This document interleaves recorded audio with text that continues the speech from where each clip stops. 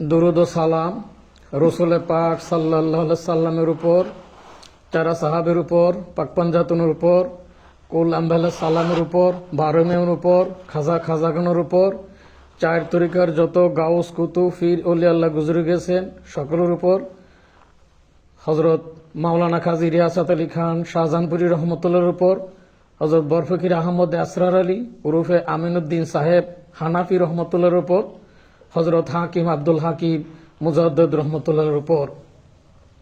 আসসালামু আলাইকুম। উপস্থিত আমার প্রিয় মুর্শিদ কেবলা এবং দূর দূরান্ত থেকে আগত পীর ভাইয়েরা, আলহামদুলিল্লাহ, আল্লাহ পাকের দরবার অগণিত শুকর। এই মহাপবিত্র রজনীতে আল্লাহ পাক আমাদেরকে উপস্থিত হওয়ার তৌফিক দান করেছেন। মুর্শিদ কেবলা উসিলায় রসুল পাক সাল্লাল্লাহু আলাইহি সাল্লামের তুফাইলে হজরত হাকিম আব্দুল হাকিম মুজাদ্দিদ রহমতুল্লাহ নেক নজরে আল্লাহ পাক যদি আমার জবান দিয়ে কিছু বলার তৌফিক দান করেন তাইলে আমি বলতে পারবো, আর আল্লাহ পাক যদি আপনাদেরকে শোনার তৌফিক দেন তাইলে আপনারা শুনতে পারবেন।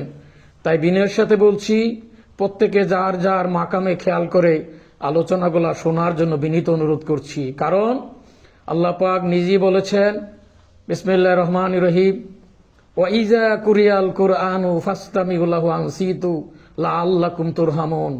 আল্লাহ পাক বলেন, তোমাদের সামনে যখন কোরআনের আয়াত পড়া হয় তখন তোমরা চুপ থাকো এবং শুনো, যাতে করে তোমাদের উপর রহমত নাজিল হয়। এই জন্য ফয়েজ বরকত সাকিনাত পাওয়ার জন্য শর্ত হচ্ছে আল্লাহ পাকের প্রদত্ত শর্ত মাকামে খেয়াল রাখা।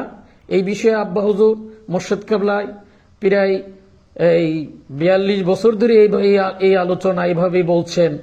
সুইচ যদি অন করা না হয় তাইলে কিন্তু লাইট জ্বলবে না। যাই হোক, প্রত্যেকে মাকামে খেয়াল করে আলোচনা শোনার জন্য বিনীত অনুরোধ করছি। আজ মহাপবিত্র শবে বরাতের শবে মেরাজের রজনী। সর্বত্র রাত্রি মেরাজ অর্থ ভ্রমণ, রাত্রি ভ্রমণ।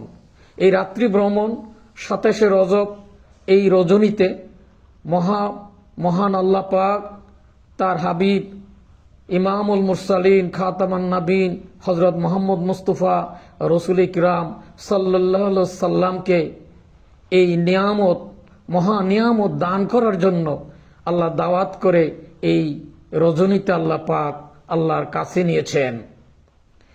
আর এই জন্যই আল্লাহ পাক এটা উম্মতের জন্য এক মহান নিয়ামত।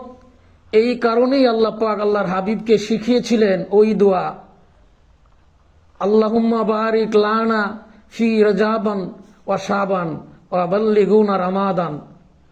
এটা আল্লাহ পাক আল্লাহর হাবিবকে শিখিয়েছিলেন উম্মতের কল্যাণের জন্য। আল্লাহর হাবিবের তো দরকার নেই দোয়ার। আল্লাহর হাবিব এই কিছুক্ষণ আগে যে আলোচনা করেছিল এই আঞ্জুম সাহেব, যে আল্লাহর হাবিবের খুশির জন্য আল্লাহ অনেক কিছু করেন, বিশেষ করে দুরুদ ও সালাম প্রেরণ করেন নিয়মিত। তো সেখানে আল্লাহর হাবিবের কিন্তু প্রয়োজন নেই। উম্মতে মুহাম্মদের জন্য এই দোয়া আল্লাহর হাবিবকে শিখিয়ে দিয়েছেন, যাতে এটা মডেল করে এই দোয়া যাতে করে উম্মতে মুহাম্মদ সাল্লাল্লাহু আলাইহি সাল্লাম দোয়া করেন, এই দোয়ার উসিলায় যাতে নিয়ামত প্রাপ্ত হন। আল্লাহুম্মা বারিক লানা ফি রজাবিন ওয়া শাবান ওয়া বাল্লিগুনা রমাদান। হে আল্লাহ, রজব ও শাবানের মধ্যে আল্লাহ তুমি বরকত দান করো এবং রমজান পর্যন্ত পৌঁছিয়ে দাও। এই মহাপবিত্র আল্লাহ পাকের 12টি মাসের মধ্যে 4টা বিশেষ গুরুত্বপূর্ণ মাস, এর মধ্যে 3টা মাস পর পর আল্লাহ দান করেছেন রজব, শাবান, রমজান। যেই মাসের মধ্যে রজব মাসের মধ্যে যে মহাপবিত্র নিয়ামত আল্লাহ দান করেছেন, এই পবিত্র নিয়ামতের নাম হচ্ছে নামাজ। যে নামাজ আসসালাত মেরাজুল মুমিনিন। আল্লাহর হাবিব আল্লাহ পাকের সাথে মেরাজের মাধ্যমে সাক্ষাৎ লাভ করেছেন, আর আল্লাহর হাবিবের উম্মতের জন্য আল্লাহ পাক রেখেছেন নামাজের মাধ্যমে সাক্ষাৎ। এটা মহা নিয়ামত। আল্লাহর হাবিবকে আল্লাহ মেরাজের রাতে আল্লাহ পাক ওই রজনীতে আল্লাহর কাছে নিয়ে বিশেষ উপহার, শ্রেষ্ঠ উপহার, সর্বোচ্চ, এর উপরে কোনো নিয়ামত নাই, ওই নিয়ামতের নাম হইল নামাজ।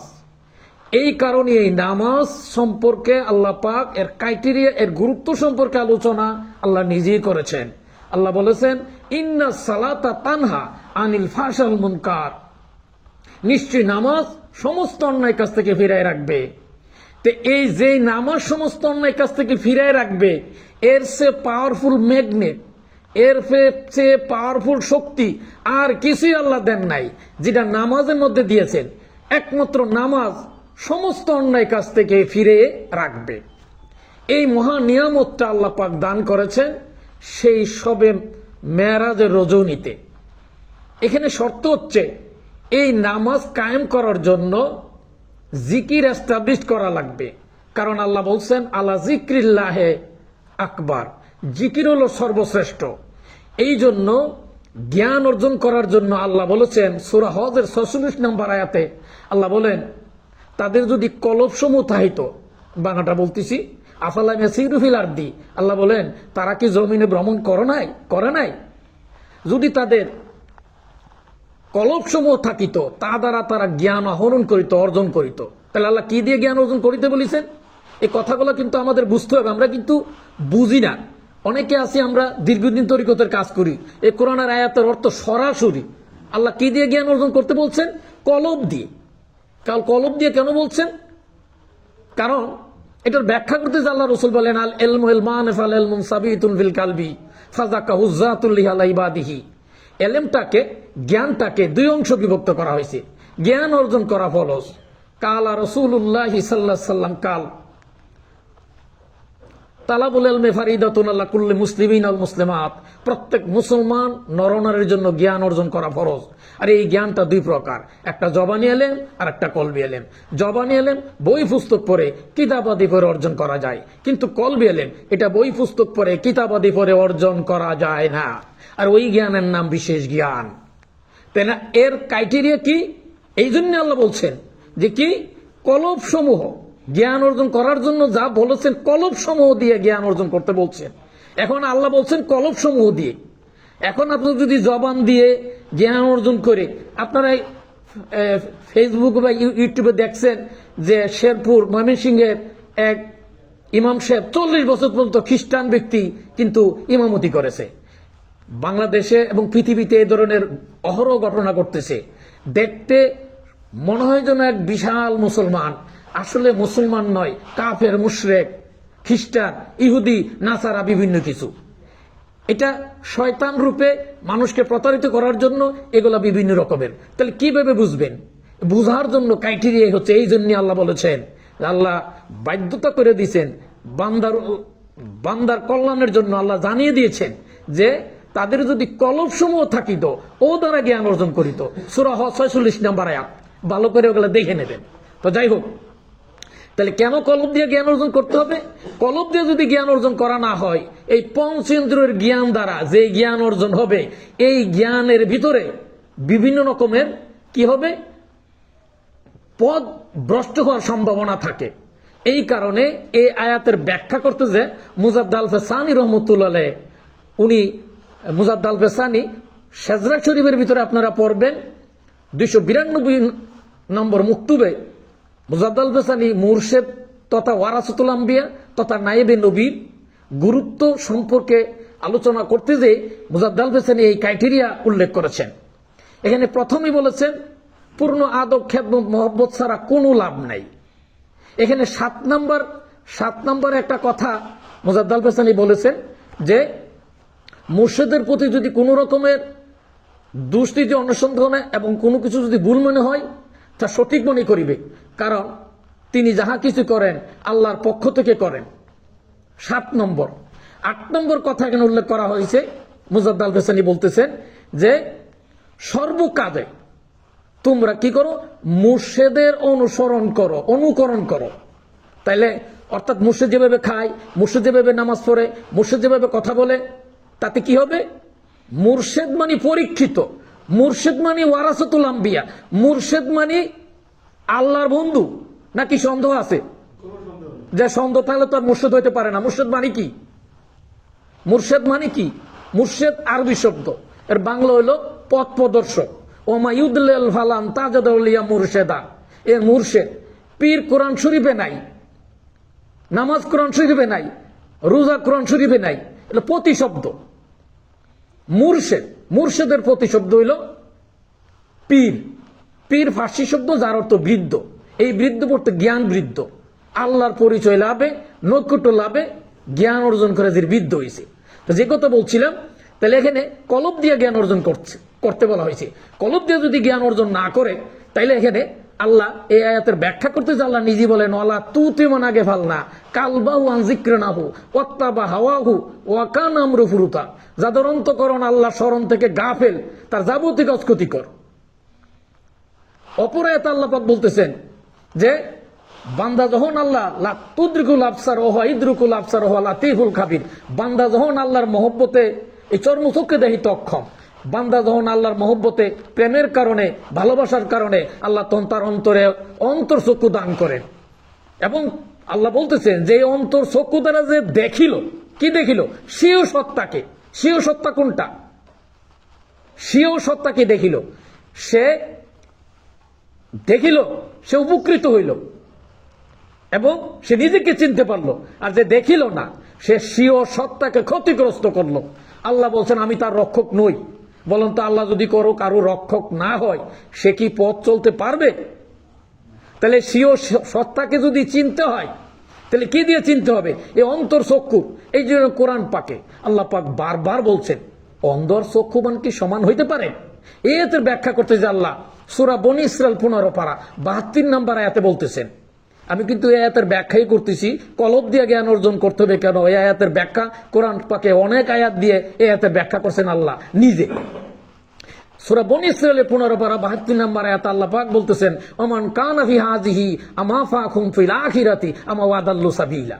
আল্লাহ বলতেছেন দুনিয়াতে অন্ধ, আখিরাতে অন্ধ এবং সে চরম পথভ্রষ্ট। কোন ব্যক্তি? ওই কলব দিয়ে যে জ্ঞান অর্জন করে নাই সেই ব্যক্তি। আর কলব দিয়ে যে জ্ঞান অর্জন করে নাই, এটাকে জ্ঞান অর্জন করার জন্য কলবকে বিশুদ্ধ করতে হবে, আত্মশুদ্ধি করতে হবে। মহা উপঢৌকন যে নামাজ আল্লাহর হাবিবকে আল্লাহ পাক দিলেন, আমাদের জন্য দিলেন। এই নামাজকে যদি কায়েম করতে হয়, কোরআন পাকের 81 জায়গা নামাজ কায়েম কথা বলা হয়েছে, আর এক জায়গা বলা হয়েছে পড়ার কথা। কায়েম বলতে আমাদের দেশে আমরা অনেক সময় ভুল মনে করি। কায়েম মানে শুদ্ধ করে পড়া, কায়েম মানে আমি নিজে পড়লাম আরো সবাইকে পড়ানোর চেষ্টা করা, এলে কায়েম। এটা কায়েম নয়। কায়েম হলো নামাজ প্রতিষ্ঠিত। নামাজ যখন প্রতিষ্ঠিত হবে, তখন এই নামাজ সমস্ত অন্যায় কাছ থেকে ফিরে রাখবে, একটা অন্যায় করবে না। নামাজ যখন হবে, তখন নফস মুতমাইন্না হবে। ইয়া আইয়াতুহান নাফসুল মুতমাইন্না তুরজি আলা রাব্বিকি রাদিয়াতাম মারদিয়া ফাদখুলি ফি ইবাদি ওয়াদখুলি জান্নাতি। নামাজ যখন কায়েম হবে, তখন নফস মুতমাইন্না হবে, আত্মশুদ্ধি হবে এবং নামাজ তার মেরাজ হবে। সে কোনো অন্যায় কাজ করবে না, সে আল্লাহর বন্ধু হবে। সে এবং অন্তর চক্ষুর বিকাশ আল্লাহ তার বক্ষকে উন্মোচন করে দেবেন। আফামান সরাল্লাহু সাদরাহুল আল ইসলাম ফাহু আলা নূরিহি মিন রাব্বিহি আলা রব। তখন আল্লাহ তার বক্ষকে, ওই বান্দার বক্ষকে আল্লাহ উন্মোচন করে দিবেন। উন্মোচন যখন করে দেবেন, তখন সে রবের নূরে পরিচালিত। ওই ব্যক্তির পক্ষে কি অন্যায় কাজ করা সম্ভব হবে? সম্ভব হবে না। তখন ওই ব্যক্তির নামাজ হবে, ওই ব্যক্তির নামাজ হবে মেরাজ, এবং ওই ব্যক্তির নামাজ সমস্ত অন্যায় কাজ থেকে ফিরে রাখবে। তাইলে এই যে জ্ঞানটা, এই জ্ঞানটা হলো বিশেষ জ্ঞান। এই আয়াতের আলোচনা করতে যে আল্লাহ পাক একটা ঘটনা তুলে ধরেছেন। এই ঘটনা হলো হযরত মূসা আলাইহিস সালাম এবং খিজির আলাইহিস সালাম। এই ঘটনা কলব দিয়ে যে জ্ঞান অর্জন করতে হবে, এর বিশেষ ব্যাখ্যা ওই ঘটনা দিয়ে আল্লাহ এখানে তুলে ধরেছেন। মূসা আলাইহিস সালাম, খিজির আলাইহিস সালামের ঘটনা অনেক বড় ঘটনা। এখানে যে ঘটনা ঘটেছে 82 নম্বর আয়াতে খিজির আলাইহিস সালামের কথাটি এখানে আল্লাহ পাক তুলে ধরলেন। এখানে খিজির আলাইহিস সালাম বললেন, আপনি বুঝবেন কি করে?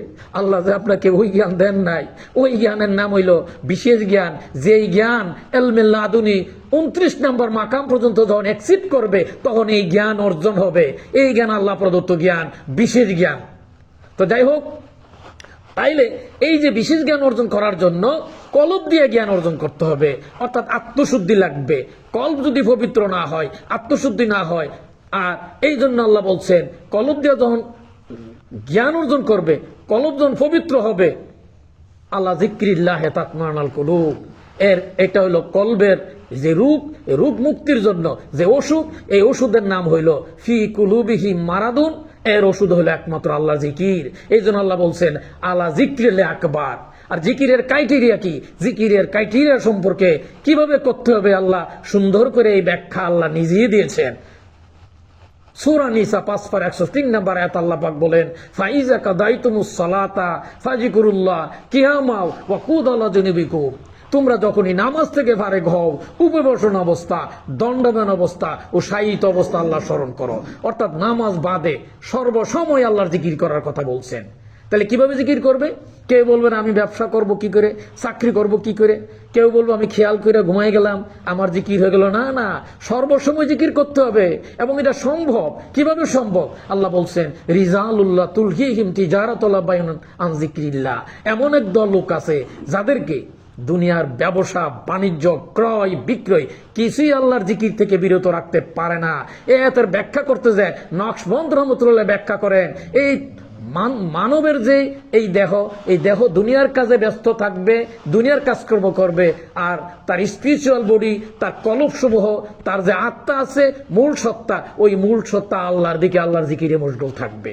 আর এটাকে জিকির উপযোগী করার জন্য, ওই রূপ দূরীভূত করার জন্য আল্লাহ ক্রাইটেরিয়া দিয়ে দিয়েছেন ইয়া আইয়ুহাল্লাযিনা আমানু ওয়াবতাগু ইলাইহি ওয়াসিলাতা ওয়াজাহিদু ফি সাবিলিল্লাহ লাআল্লাকুম তুফলিহুন। এই বিশেষ জ্ঞান কলব দিয়ে জ্ঞান অর্জন করার জন্য যেইখানে গেলে অর্জন করা যাবে এটাকে বলা হয়েছে মাধ্যম, উসিলা।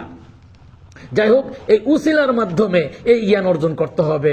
অর্থাৎ যারা প্রকৃত ওয়ারাসাতুল আম্বিয়া, নায়েবে নবী, তাদের মাধ্যমে এই জ্ঞান অর্জন করতে হবে। এদের ব্যাখ্যা করতে যে ইমাম গাজ্জালি রহমতুল্লাহ, যে ইমাম গাজ্জালি সম্পর্কে আপনারা ঘটনাটা শুনেছেন, তিনি যাকে হুজ্জাতুল ইসলাম বলা হয়, ইমাম গাজ্জালি রহমতুল্লাহ হাদিস ইন্ডিকেট করলেন কালা রাসূলুল্লাহি সাল্লাল্লাহু আলাইহি সাল্লাম নাজরাতুল ইলাল আলিমান আহাব্বু ইলাইয়া মিন ইবাদাতি সানাতিন সিয়ামুহা ওয়া কিয়ামুহা। ইমাম গাজ্জালি হাদিসটি ইন্ডিকেট করেন আল্লাহ রসুল বলেন আমার কাছে এক মুহূর্তের জন্য একবার দৃষ্টি নিক্ষেপ করা আলেমের প্রতি 1 বছর নামাজ কিয়াম ইত্যাদি অপেক্ষা উত্তম। কেন? এই আয়াতের ব্যাখ্যা করতে যে আমাদের মাযহাবের ইমাম আবু হানিফা রাহমাতুল্লাহ তিনি আয়াতের ব্যাখ্যা করতে যে তিনি বলেন লাউলা সালাতাম লাখালাক নুমান, আমি নুমান খালাক হয়ে যাইতাম যদি এই পঞ্চম পুরুষ আবু জাফর সাদেক রহমতুল্লাহ ও পাকের রহমতুল্লাহের কাছে আমি যদি 2 বছর সময় না দিতাম, তাহলে আমি কি করতাম? আমি নুমান ইবনে সাবেদ আমি বরবাদ হয়ে যেতাম। যে ইমাম আজম আবু হানিফা রাহমাতুল্লাহ এক যুবক উযু করতেছিল, তিনি বলছেন এই যুবক তুমি কি জিনা করেছ? যুবক জিজ্ঞাসা করলো হুজুর আপনি কিভাবে বুঝলেন? তুমি যে উযু করতেছো উযুর পানিতে জিনার গুনাহ পানিতে, উযুর পানিতে ভেসে ভেসে যাচ্ছে। কি ছিল দৃষ্টি? তিনি আর কেউ নন, তিনি ইমামে আজম আবু হানিফা রহমতুল্লাহ আলাইহি। তিনি বলেছেন লাউলা খালাকা নুমান, আমি নুমান যদি আমি 2 বছর সময় না দিতাম, সোহবত লাভ না করতাম, আমি বরবাদ হয়ে যাইতাম। আর এদের ব্যাখ্যা করতে যে মাওলানা জালালউদ্দিন রুমি নিজেই বলেছেন এক জমানে সোহবতে আউলিয়া বেহতরাজ সদ সলাত আতবেরিয়া। তিনি আরো বলেন যে আমি রুমি কামেল হতে পারি নাই, খুদ বেখুদ কামেল না শুধু মাওলানা রুমি তা গোলামে শামসুত তিবরিজি না শুধ। আমি রুমি কামেল হতে পারি নাই যত সময় পর্যন্ত শামসুত তিবরিজি গোলামি না খাটি, ততক্ষণ পর্যন্ত আমি বুঝতে পারি নাই। তাই তিনি খুব সুন্দর করে আরো বলেছেন যে গার্তু সঙ্গে খারে মর্মর ছবি চুবসার দিল রসি গৌহর ছবি। তুমি যদি একজন আল্লাহওয়ালার কাছে সোহবত লাভ করতে পারো, তুমি যদি মর্মর কঠিন এবং মর্মর পাথর হও, ওই আল্লাহওয়ালার সোহবতের কারণে তুমি মহারত্নে পরিণত হবে। দেলা তাকে দড়ি কাহে মেজাজি কানি মানন দে তা ফলা খাকবাজি। তো যাই হোক, মাওলানা জালালউদ্দিন রুমি বিভিন্নভাবে মুর্শিদের গুরুত্ব সম্পর্কে ওয়ারাসাতুল আম্বিয়ার গুরুত্ব সম্পর্কে, ক্রাইটেরিয়া সম্পর্কে আরো বলেছেন কিভাবে শুকুরুকুন মোর শাকে রারা বন্দাবাদ পেশ ঈশা মর্দা সুপায় আন্দাবাদ। তুরু শুকুরকারী আল্লাহর ওলি, আল্লাহর বন্ধু, তাদের শুকুর এমন ভাবে করো যেন তুমি তার কাছে মরা লাশের মতন হয়ে যাও। মরা লাশ দৌতকারীর কাছে যেমন তেমন বায়াত মানি বিক্রি হয়। ইন্নাল্লাযীনা ইউবাইউনাকা ইয়াদুল্লাহি ফাওকা আইদিহিম। তো এই কারণে তারা কারা, আলা ইন্না আউলিয়াল্লাহি লা খাউফুন আলাইহিম ওয়া লা হুম ইয়াহজানুন, তাদের কোনো ভয় নেই, কোনো ভীতি নেই, কোনো সংকোচ নেই, দুনিয়াতে নেই, আখিরাতে নেই। কাজী জ্ঞান অর্জন করার জন্য আল্লাহ যে বলেছেন, তোমরা কলব সমূহ দিয়া যদি তোমাদের কলব সমূহ থাকিত তোমরা তা দিয়ে জ্ঞান অর্জন করি যে, অথবা তোমাদের যদি কান থাকিত ওই কান দিয়ে তোমরা শ্রবণ করিতে। আসলে তোমাদের চক্ষু অন্ধ হয় নাই বটে, তোমাদের বক্ষের ভিতরে যে কলব আছে ইহা অন্ধ। আর তাদেরকে আল্লাহ বলেছেন সূরা আরাফ 179 নম্বর আয়াতে বললেন, ওয়ালাকাদ জারানা লি জাহান্নামা কাসীরাম মিনাল জিন্নি ওয়াল ইনসি। আল্লাহ বলেন, আমি অধিকাংশ মানুষ এবং জিনকে সৃষ্টি করেছি দুজহের জন্য। তার অন্তর এমন, অন্তর দ্বারাতে দেখে না, তার কান এমন, ওই কান দ্বারা তারা শুনে না। তারা কারা? তারা ওয়াউলাই কানা নাম। আল্লাহ বলেন তারা হলো চতুষ্পদ জানোয়ার, বরং তার সাথে নিকৃষ্ট। এর থেকে জ্ঞান অর্জন করার জন্য, আত্মশুদ্ধি করার জন্য ওয়ারাসাতুল আম্বিয়া তথা মুর্শিদের কোনো বিকল্প নেই। এই জন্য দাদা হুজুর হযরত হাকিম আব্দুল হাকিম মুজাদ্দিদ রহমতুল্লাহ বলতেন, বিদ্যা শিখিলে জ্ঞানী নাই হয়, জ্ঞান পৃথক জিনিস, আল্লাহ যারে দেয় এই জ্ঞান সম্পূর্ণ পৃথক, আলাদা। এই জন্য আকীদা বিশুদ্ধ। এই জন্য এখানে মুজাদ্দিদ আল ফেসানি রহমতুল্লাহ যে কথাগুলো বলছেন, যদি মুজাদ্দিদ আল ফেসানি রহমতুল্লাহ সেজরা শরীফে এখানে 18টা কথা উল্লেখ করা হয়েছে, এর যদি কিছু কথা আলোচনা করতে যায়, এক একটা কথা, প্রত্যেকটা কথা কোরআনের আয়াতের আলোকে। আপনারা এটা মনে করবেন না এখানে বাংলাতে লিখে দিছে, এগুলা প্রত্যেকটা কথা কোরআনের আয়াত, প্রত্যেকটা কথা কোরআনের আয়াতের আলোকে। কারণ আল্লাহর নৈকট্য লাভের জন্য এর কোনো বিকল্প নেই। এখন আমাদের দেশে আমাদের সবচেয়ে বড় সমস্যা, আমল যদি একটু কম বেশি হয় আল্লাহ ক্ষমা করে দিতে পারেন, কিন্তু আকীদার মধ্যে যদি কোন রকমের ত্রুটি হয়, যত বড় ইবাদত বন্দেগী হোক না কেন, যত বড় দর্শনই হোক না কেন, মাকাম যেখানেই থাকুক না কেন, কল্প থেকে আজকে হুক পর্যন্ত মাকাম থাকুক, কোনো লাভ নেই। যে কোনো সময় এই রুজ্জু ছিঁড়ে যেতে পারে, কারণ আকীদা বিশুদ্ধ না থাকার কারণে রুজ্জু ঠিকভাবে থাকা সম্ভব না, এমনকি যে কোনো ভাবে। কাজী প্রকৃত পক্ষে রুজ্জুকে এই জন্য আল্লাহ বলছেন, ওয়াতাসিমু বিহাবলিল্লাহি জামিয়াও, তোমরা এই রুজ্জুটাকে, এই রশিটাকে শক্ত করে ধরে রাখো।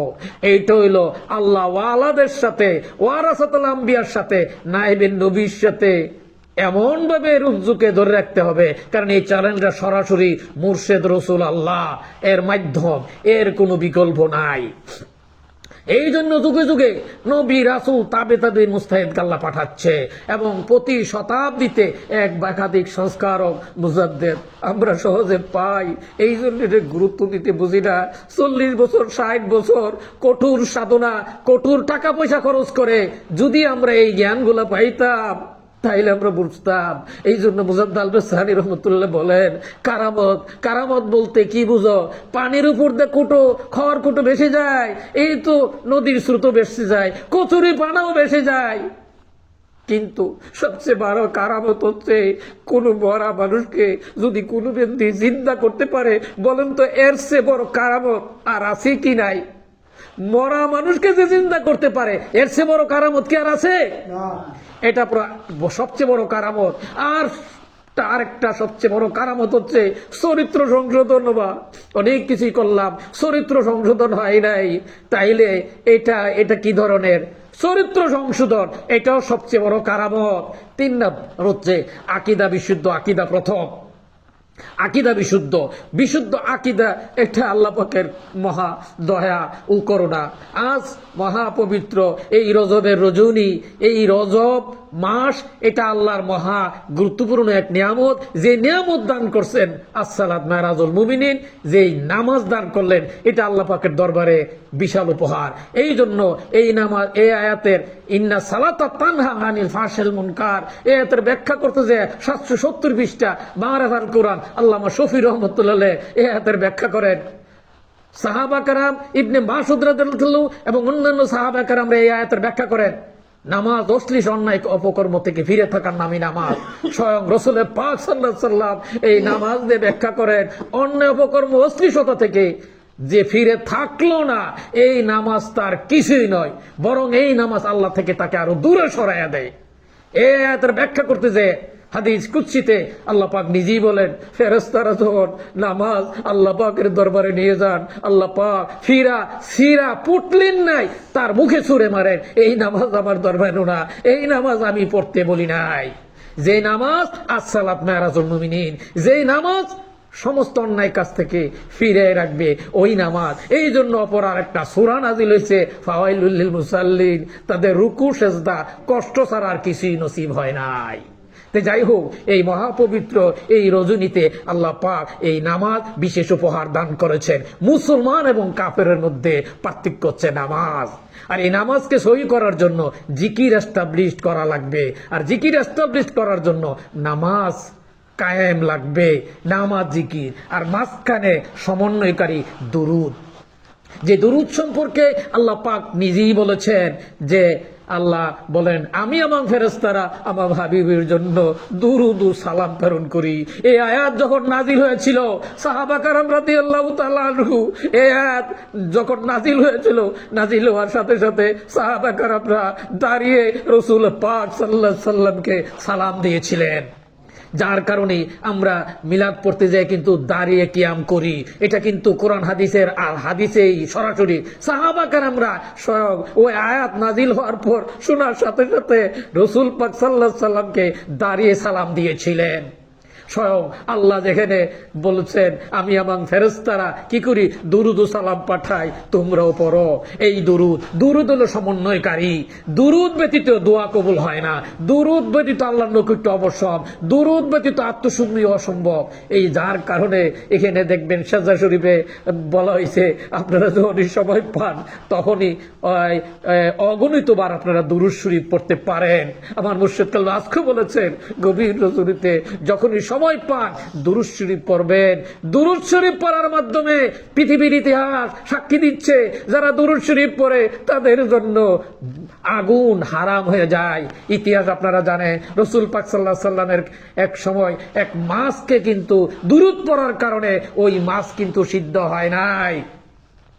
বিশিষ্ট একজন আল্লাহর ওলি, তিনি দুরুদ পড়ার কারণে 70 বছর পরে ইবনে সুলাইমান রাহমাতুল্লাহ আলাইহি, একজন আল্লাহর ওলি, 70 বছর পরে ওনার লাশটা যখন উঠানো হয়েছিল, উঠানোর পরে তখন উনি ওনার ব্লাড সার্কুলেশন অনেক সব কিছু ঠিক আছে।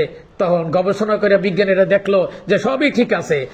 পরবর্তীতে খোঁজখবর নিয়ে জানা গেল উনি অধিক পরিমাণে দুরূদ শরীফ পড়তেন। আরো ঘটনা আছে, আমি সংক্ষেপে বললাম। এই দুরূদ পড়ার কারণে আল্লাহ পাক ওনার এই বডিটাকে পচন থেকে মুক্ত করে দিলেন। যেই বডি, যেই শরীর দুরূদ শরীফ পড়বে, দুরূদ পড়ার কারণে আল্লাহ পাক ওই বান্দার উচ্চ মর্যাদা দান করেন, আল্লাহ দোয়া কবুল করেন।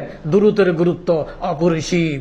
কাজী আল্লাহ খায় না, আল্লাহ ঘুমায় না, আল্লাহ কিছু করেন না, কিন্তু আল্লাহর হাবিবের জন্য দুরুদ ও সালাম পাঠায়। যাই হোক, এই মহাপবিত্র এই রজব মাস, রজবের পরে আসতেছে শাবান, শাবানের পরে আসতেছে রমজান, পরপর 3টা মাস গুরুত্বপূর্ণ মাস। এই মহা রজনী রজব, এই যে মেরাজের ঘটনারা আপনারা শুনেছেন, তো সর্বোচ্চ কথা হচ্ছে এটুকুই, আল্লাহ পাক আমাদেরকে যেই নেয়ামত দান করেছেন, এই নেয়ামতের আমরা শুকরিয়া আদায় করতে হবে। বাহ্যিক দর্শন থেকে আমাদের বিরত রাখতে হবে। আকীদা যদি বিশুদ্ধ না হয়, মুর্শেদ কেবলা, মুর্শেদ মানে কি? মুর্শেদ মানে হচ্ছে ওয়ারাসাতুল আম্বিয়া। ওয়ারাসাতুল আম্বিয়া মানে নায়েবে। কথাটা কি বুঝতেছেন? আলোচনা যে করা হয়েছে যে এখানে তদানীন্তন নবী রাসূল অন্যান্য নবী রাসূলগণ এবং শেষ জামানার উম্মতের গুরুত্ব, এই উম্মতের গুরুত্ব এত গুরুত্ব দিছেন, আপনারা কি বুঝতে পারেন নাই? এই কারণে ঈসা আলাইহিস সালাম শেষ জামাতার উম্মত হয়ে আসতে চাইছেন। কি মনে করছেন আপনারা? এমনি এমনি? কি গুরুত্ব যে উম্মত হয়ে আসতে চাচ্ছেন এবং ঈসা আলাইহিস সালাম আসবেন। এই উম্মতের এত গুরুত্ব, নৈকট্যের দিক দিয়ে এই উম্মতকে আল্লাহ এত গুরুত্ব দিচ্ছেন যে উম্মত কি করবেন, যে মুজাদ্দ আল ফেসানি সম্পর্কে হাদিস ইন্ডিকেট, একটা হাদিস ইমাম জালালউদ্দিন সুয়ুতি একটা হাদিস ইন্ডিকেট করেন, ইউবাসু রাজুলুন আলা আহাদা আশারা মিয়াতু সানাতিন ইসমুজু বাইনাহুমা জাবেরাইন সুলতানাইনি ইয়াদখুলুল জান্নাতা বিশাফাআতা কাযা কাযা মিনান নাস। আল্লাহ রাসূল বলেন, একাদশ হিজরিতে এক মহান ব্যক্তির আবির্ভাব হবে, তিনি সুন্নতকে পুনর্জীবন করবেন এবং যার মাধ্যমে অসংখ্য লোক বেহেশতে প্রবেশ করবে। তো যাই হোক, আল্লাহর ওলিরা, আল্লাহর বন্ধু, তাদের মাধ্যমে এখানে বাহ্যিক দর্শন এবং এখানে 8 নম্বর যে পয়েন্ট, মুর্শিদের সর্বকাজ অনুসরণ, নামাজ, রোজা, হজ, যাকাত, সূরা, যা কিছু আছে সবকিছু মুর্শিদ ভিন্ন অন্য কিছু অনুকরণ করতে গেলেই বিপদের সম্ভাবনা। এখানে নেকড়ে বাঘ যেমন একা একা যদি কেউ চলে আঁকড়ে ধরবে, এখানে গাইডলাইন আল্লাহ দিছে, এর দায়িত্ব তো নিছে। মুর্শিদ মানে কি? দায়িত্ব নিছেন। এই দায়িত্ব নেওয়ার কারণে দায়িত্ব এখানে অন্য এদিক ওদিক করা যাবে না। এক মন এক দৃষ্টিতে মুর্শিদকে অনুকরণ এবং অনুসরণ দুইটাই করা লাগবে। কারণ এর ব্যতিরেকে কিছু করতে গেলেই পদলঙ্ঘন এবং বিভ্রান্ত হওয়ার সম্ভাবনা আছে। শয়তান ওইখানে আক্রমণ করে। আপনার ইতিহাস জানেন, শয়তান বিশিষ্ট ওলিদের ইতিহাস, বুজুর্গদের ইতিহাস, বিশিষ্ট মুফতিদের ইতিহাস আপনারা জানেন যে কোনো কিছু দিয়েই শয়তানের সাথে উত্তর দিয়ে পারে নাই। শেষ পর্যন্ত উত্তর দিয়েছিল ইমাম রাজি রহমতুল্লাহ, সেই ঘটনা উত্তর দিয়েছিল বিনা হিসাবে আল্লাহ এক। এই ঘটনা ওনার মুর্শিদ ওনাকে সহযোগিতা করেছিল। উত্তর, শয়তান কোন মানুষকে যদি প্রশ্ন করা শুরু করে, সে এত জ্ঞানী, উত্তর নাই, উত্তর দিতে পারবে না কেউ, শুধুমাত্র মহান মুর্শিদ এবং ওয়ারাসাতুল আম্বিয়ার সহযোগিতা ব্যতীত আকীদা যদি বিশুদ্ধ থাকে, উত্তর ওখান থেকে আসবে, মাকাম থেকে আসবে, আল্লাহর পক্ষ থেকে আসবে। এছাড়া উত্তর দেওয়ার মতন কোনো রাস্তা নাই, কোনো পথ নেই। এই কারণে একাগ্রতা একমাত্র অন্য দিক খেয়াল থেকে মুক্ত থাকার কথা বলা হয়েছে। বিশ্বাসের মধ্যে ঘাটতি থাকে, মুর্শিদ যা কিছু করেন এখানে এলহামের মাধ্যমে সম্পাদিত হয় এবং এই বিষয়ের জ্ঞানগুলা সম্পাদিত হয়। এই যদি বুঝ না থাকে, যদি আমি বাহ্যিক অনুসরণ করতে থাকি, বাহ্যিক দেখতে থাকি, বিভ্রান্ত হওয়া ছাড়া আর কিছুই হবে না। এই জন্য মুর্শিদ যা করে সব ঠিক করে, এটাই ধরতে হবে। এ ধরা ছাড়া কোনো পথ নেই, কারণ ভুল হওয়ার সম্ভাবনা আছে এবং বিভ্রান্ত হওয়ার। যতজন বিভ্রান্ত হচ্ছে তারা কিন্তু এই ধরনের বাহ্যিক মায়ের পেছে শয়তানের সাথে হেরে গেছে। মুর্শিদের সাথে যদি কেউ ওই ধরনের রুজ্জুকে শক্ত করে ধরে রাখে, মুর্শিদের পূর্ণ অনুসরণ এবং অনুকরণ করে, শয়তানের কোনো ক্ষমতাই নাই। ইন্নাহু লাইসা লাহু সুলতানুন আলাল্লাযিনা আমানু রাব্বিহিম ইয়াতাওয়াক্কালুন। শয়তানের কোনো ক্ষমতা নেই। যারা ইমানদার তারা ইমানদার, যারা মুর্শিদকে বায়াত গ্রহণ করার পরে তারা বিক্রি হয়ে গিয়েছে, এটা যেন মনে রাখে এবং বায়াতের অঙ্গীকার অনুযায়ী ওয়াদা অনুযায়ী কাজ করে, তাইলে বিভ্রান্ত এবং শয়তান গাফেল, শয়তান বিভ্রান্ত করার ক্ষমতা রাখে না, কারণ সে প্রকৃত ইমানদার। শয়তান তাকেই বিভ্রান্ত করতে পারে যিনি পরবর্তী আয়াতে বলা হয়েছে সে কুফরি করে, যে প্রকৃত ঈমান রাখতে পারে না। এই জন্য ঈমানদারের উপরে শয়তানের কোনো আক্রমণ থাকতে পারে না। যখনই আক্রমণ হবে তখনই মনে করতে হবে সে জিকির থেকে গাফেল এবং আকীদার মধ্যে বিশুদ্ধ। আমলে যদি ত্রুটি হয়, কম বেশি হয়, আল্লাহ ক্ষমা করে দিতে পারেন, কিন্তু আকীদার মধ্যে যদি ত্রুটি হয় এখানে ক্ষমা নেই। এখানে শেষ পর্যন্ত নৈকট্য যাওয়া অসম্ভব। আজাজিল এত ইবাদত করার পরই সামান্য একটু অস্বীকার করার কারণে সে কিন্তু সমস্ত আমল শেষ হয়ে গেছে নিমেষের মধ্যে। তাই শুকর করুন মোর শাকের আর বন্দাবার পেশিসা মুর্দা সুপাহান্দাবার। শুকর করি আল্লাহর ওলিদের, মাধ্যমে এইভাবে শুকর আদায় করতে হবে, তাদের কাছে মরা লাশ হয়ে যেতে হওয়ার মতন। ওই রকম না হইলে আল্লাহর নৈকট্য লাভ অসম্ভব। কারণ মুর্শিদের রাজামন্দির মাধ্যমে, মুর্শিদের মাধ্যমে একজন নৈকট্য লাভ করবে। নৈকট্য লাভের বিকল্প কোনো ব্যবস্থা নাই। নিজে নিজে নৈকট্য লাভ করতে পারবে না। কথা বুঝার চেষ্টা করি আমরা। রসুল পাক সাল্লাল্লাহু আলাইহি সাল্লামের আগেও এত নবী রাসূল আসছে কি জন্য? নিজে নিজে যদি আল্লাহ কারো জ্ঞান দিতেন, বুঝ দিতেন, এত নবী রাসূল কেন আল্লাহ পাঠাইলেন? পরবর্তী ওলি আল্লাহগণ কেন পাঠাচ্ছেন আল্লাহ? নির্বাচিত আল্লাহ পাকের রসুল বলেন প্রতি শতাব্দীতে এক বা একাধিক এই জ্ঞান, বিশেষ জ্ঞান আল্লাহ পাকের দয়ায়, মুর্শিদ কেবলার উসিলায় হযরত হাকিম আব্দুল হাকিম মুজাদ্দিদ রহমাতুল্লাহ আলাইহির নেক নজরে আল্লাহ পাক মহা নিয়ামত তরিকে খাস মুজাদ্দিদিয়ার মাধ্যমে আমরা পেয়েছি। এর শুকরিয়া আদায় আমরা যদি আজীবন করতে থাকি, এর আদায় আমরা করতে পারবো না। এই জন্য আমাদের উচিত বাহ্যিক দর্শন থেকে, হেফাজত থেকে আমরা সর্বসময় যদি আল্লাহর এই আইনটাকে, এই কথাটাকে ফলো করি, একাধিক পথ প্রদর্শক ক্ষতিকর, একাধিক পথ প্রদর্শক যখনই কেউ অনুকরণ করবে সে নিশ্চিত বিভ্রান্ত হবে। কারণ এই ব্যাপারে আল্লাহ দিয়েছেন, ক্রাইটেরিয়া দিয়েছেন। আমরা অনেক সময় বুঝতে পারবো না। 10টা লোকের যদি কথা শুনি, কোনটা আমি মানব? এক মুর্শেদ, এক আল্লাহ, এক রসুল, এর বিকল্প অন্যদিকে এদিক ওদিক তাকাইলি শয়তান ওইখানে বসে যায় মাসির মতন বইসে।